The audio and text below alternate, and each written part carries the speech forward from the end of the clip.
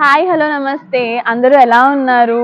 First of all అందరికీ చాలా చాలా థ్యాంక్ యూ నాకు ఇంత సపోర్ట్ చేసి ఇంత ఎంకరేజ్ చేసినందుకు.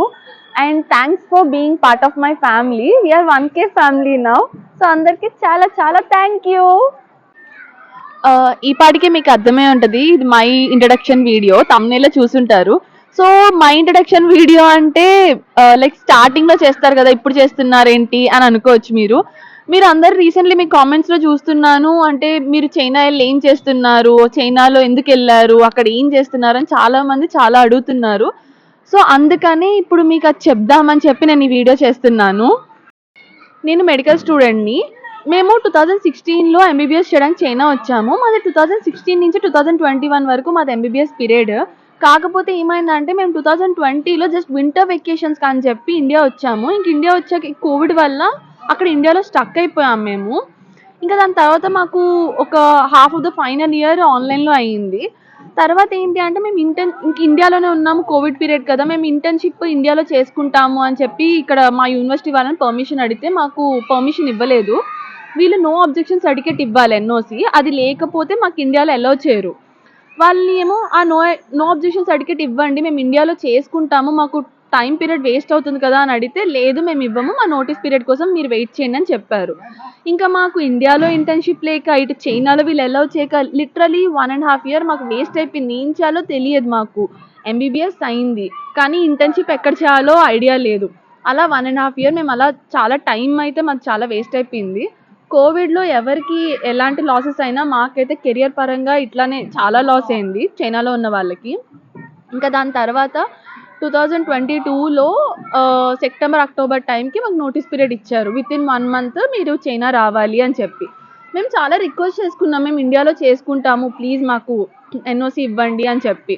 ఎగ్జామ్ కూడా క్లియర్ చేసేసాం అప్పటికి. ఎఫ్ఎంజీ అని చెప్పి ఫారెన్ మెడికల్ గ్రాడ్యుయేషన్ ఎగ్జామ్ ఉంటుంది. మేము ఈ 1 year టైంలో కూర్చొని కోచింగ్ తీసుకొని ఆ ఎగ్జామ్ క్లియర్ చేసుకున్నాము.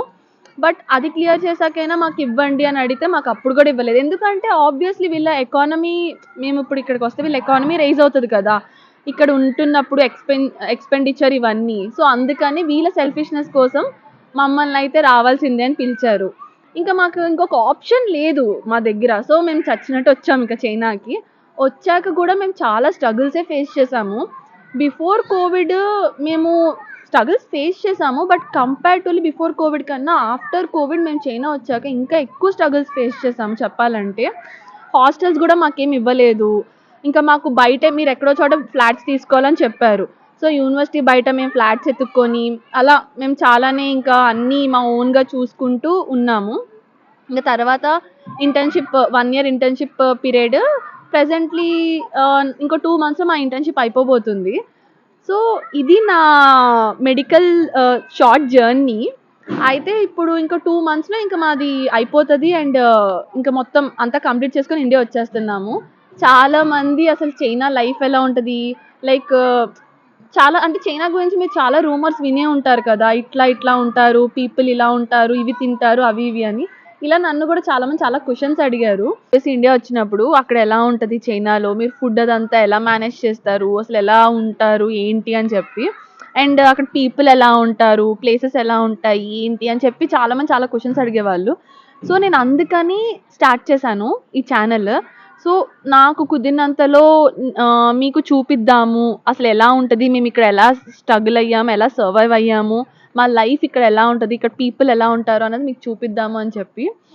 ఇంకా అలానే ఫ్యూ ఆఫ్ ద వీడియోస్ పెట్టాను. ఇంకా ముందు ముందు ఇంకా లైక్ ఫ్యూ వీడియోస్ పెడతాను చైనా గురించి, ఇక్కడ డిఫరెంట్ ప్లేసెస్, మా యూనివర్సిటీ ఎలా ఉంది, అసలు చైనీస్ సిస్టమ్ ఎలా ఉంటుంది ఏంటి, వీళ్ళ కల్చర్స్ ఏంటి, ఇవన్నీ కూడా.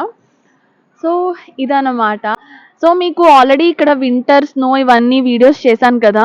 ప్రెజెంట్ నేను జాక్ వేసుకోకుండా ఉన్నాను అని అంటేనే స్ప్రింగ్ వచ్చింది మాకు.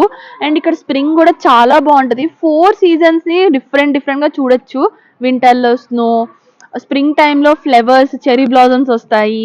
సమ్మర్ అయితే సేమ్ మనలాగానే ఎండలు ఏం తక్కువ ఉండవు, చాలా ఎక్కువ ఉంటాయి. 2 months నాన్ స్టాప్ ఇంకా ఎండలు చాలా ఘోరంగా ఉంటాయి.